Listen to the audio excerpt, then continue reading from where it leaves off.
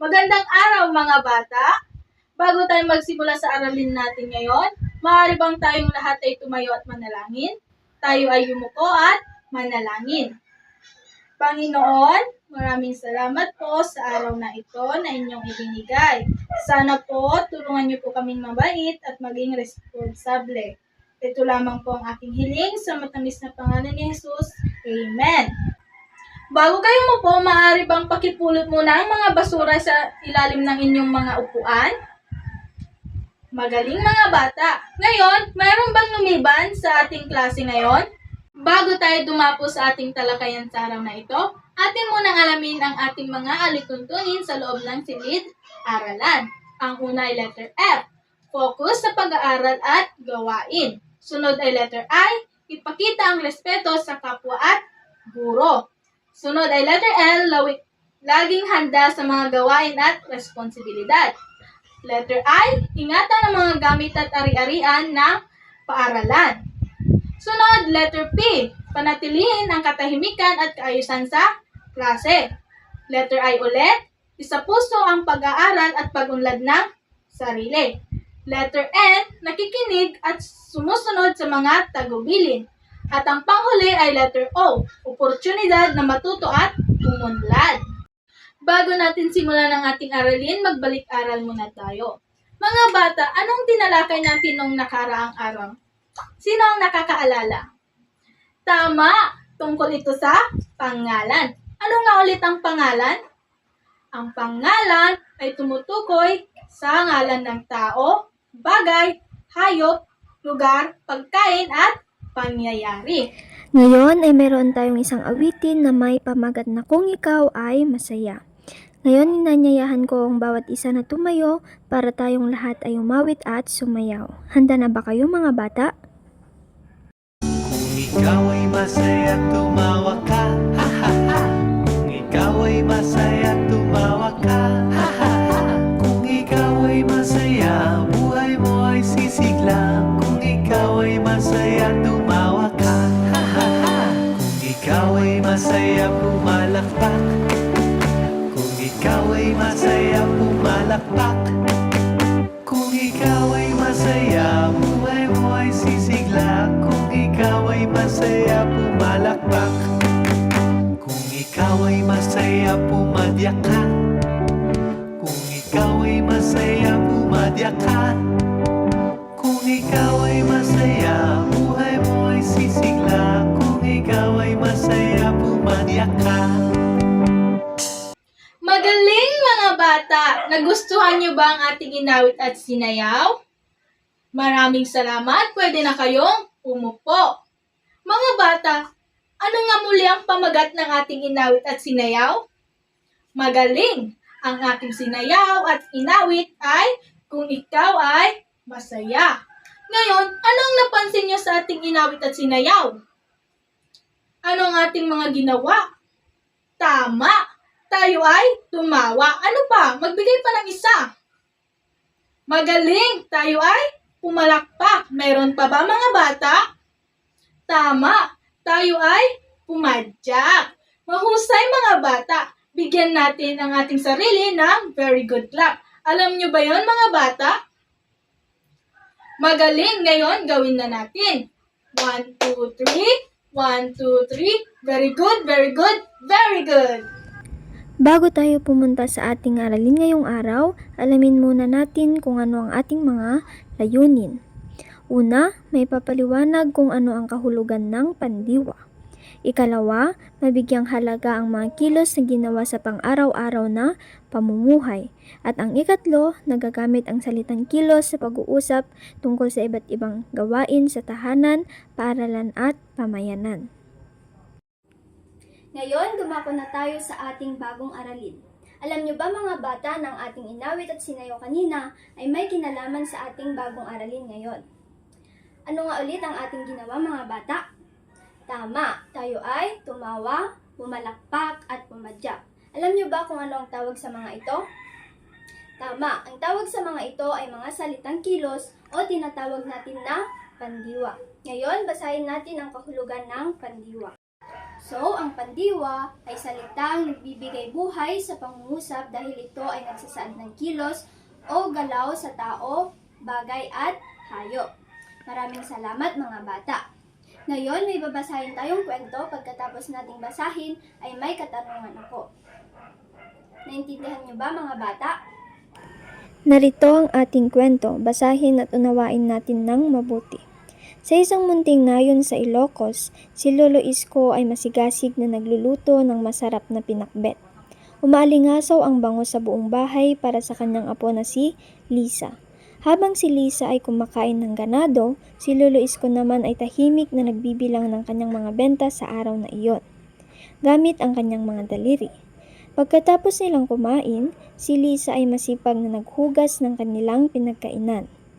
Sumunod na ginawa niya ay siya ang nagwalis sa kanilang bakuran. Tinitiyak na walang ni isang kalat na matitira. Habang si Lolo Isko ay nagbabasa ng lumang dyaryo, nakasuot ang kanyang salamin sa mata. Bago matulog, sila ay taimtim na nagdarasal nang magkasama sa harap ng altar. Nagpapasalamat sa biyayang natanggap at hinihingi ang proteksyon. Naintindihan niyo ba mga bata ang ating kwento? Magaling! Ngayon, ang unang tanong ay, sino ang mga tauhan sa kwento? Tama, ang tauhan sa kwento ay si Lolo Isko at si Lisa. Pangalawa, ano ang ginawa ni Lolo Isko? Ibigay ang mga ito. Magaling, ang ginawa ni Lolo Isko ay nagluluto, nagbibilang, kumain, nagbabasa at nagdasal. Ano naman ang ginawa ni Lisa? Tama, ang ginawa ni Lisa ay kumain, naghugas, nagwalis at nagdasal. Tama, lahat ng sinabi ninyo ay ginawa ni Lolo Isko at ang kanyang apo na si Lisa. Lahat ng mga ginawa nila ay halimbawa ng pandiwa o tinatawag natin na salitang kilos. Ngayon, isakilos natin ang lahat ng ginawa ni Lolo Isko at ang kanyang apo na si Lisa. Unahin natin muna ang ginawa ni Lolo Isko. Ano ang unang ginawa ni Lolo Isko? Tama, siya ay nagluluto. Paano ang nagluluto? Magaling mga bata. Ano naman ang sumunod? Tama, siya ay nagbibilang. Paano naman ang nagbibilang? Magaling mga bata. Ano ang sumunod? Siya ay kumakain. Paano naman kung tayo ay kumakain? Magaling. Ano ang sumunod? Tama, siya ay nagbabasa. Paano naman kung tayo ay nagbabasa? Magaling mga bata. At ang huling ginawa ni Lolo Isko, siya ay nagdasal. Paano naman kung tayo ay nagdasal? Mahusay mga bata. Ngayon, ang ginawa naman ni Lisa ang ating isakilos. Ano ang unang ginawa ni Lisa? Tama, siya ay kumakain. Paano naman kung tayo ay kumakain?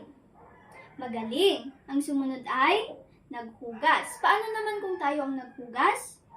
Magaling mga bata. Ang sumunod ay nagwalis. Paano naman kung tayo ang nagwalis? Mahusay mga bata. Ano ang huling ginawa ni Lisa at ginawa din ni Lolo Isko? Tama, sila ay nagdasal. Paano naman kung tayo ang nagdasal? Mahusay mga bata. Maraming salamat. Ginawa na natin lahat ng mga ginawa ni Lolo Isko at Lisa. So, lahat na tayo ay umupo at umayos. Magkakaroon tayo ng isang gawain. Meron akong larawan na ipapakita na nagsasaad ng mga salitang kilos. Gagamitin natin ang mga salitang ito sa paggawa ng mga pangungusap tungkol sa mga iba't ibang gawain sa tahanan, paaralan at pamayanan. Meron akong 8 inihanda na mga larawan. Magtatawag kami ng isa sa bawat grupo na magbunot ng 4 na salitang kilos na gagawin ninyo. Naintindihan ba ninyo mga bata? Handa na ba kayo? Very good! Tayo ay magbibilang para alamin natin kung sino ang mga kasama ninyo. Okay, magsama-sama ang lahat ng mga group 1 dito kayo at mga group 2 dito naman kayo. Pumunta na dito sa harap ang kinatawan ng bawat grupo para magbunot. Pwede na kayo pumunta sa inyong mga kasama para umpisahan na. Itaas lang ang inyong mga kamay kung tapos na ninyo para ipakita ninyo dito sa harap. Umpisahan na ninyo mga bata. Mahusay mga bata, ngayon pumili na kayo ng inyong kagrupo para pumunta dito sa harap upang basahin at ipakita ang inyong mga ginawa. Nakapili na ba kayo mga bata? Mabuti mga bata. Unang grupo, pwede na kayong pumunta dito sa harap. Mahusay unang grupo. Maraming salamat. Kayo naman ikalawang grupo. Mahusay. Maraming salamat ikalawang grupo. Mahusay kayong lahat mga bata. Talagang ipakita ninyo ng maayos at nagawa ninyo ng maayos ang ating gawain ngayong araw. Noong ginawa ninyo ang mga ginawa ni Lulu Isko at Lisa, anong inyong ipinakita? Tama, kayo ay gumalaw o kumilos. Ano ang tawag sa salitang kilos o galaw? Tama, tinatawag natin itong pandiwa. Noong kayo ba ay naghugas, kayo ba ay kumilos? Tama. Pwede ba tayong maghugas ng hindi gagalaw? Tama, hindi tayo makapaghugas kung hindi tayo gagalaw. Sa araw-araw na ating pamumuhay, tayo ay kumakain. Kung hindi tayo gagalaw, makakakain kaya tayo? Tama, hindi tayo makakakain nang hindi tayo kumilos o gumalaw.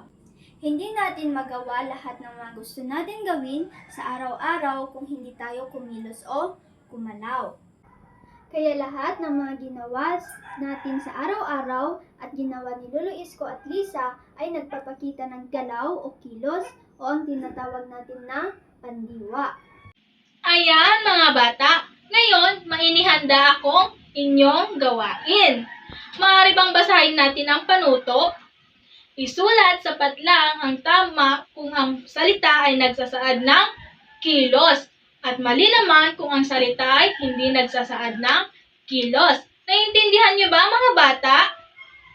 Sige, pwede na kayong magsimula. Para sa inyong tagdang aralin, maaari bang ilabas niyo ang inyong mga kwaderno at kopyahin ang nasa harap? Bago yan, basahin muna natin ang panuto. Bilugan ang salitang kilos sa bawat pangungusak. Naiintindihan ba mga bata? Ito ay inyong ipapasa sa ating susunod na pagkikita. Maraming salamat at paalam!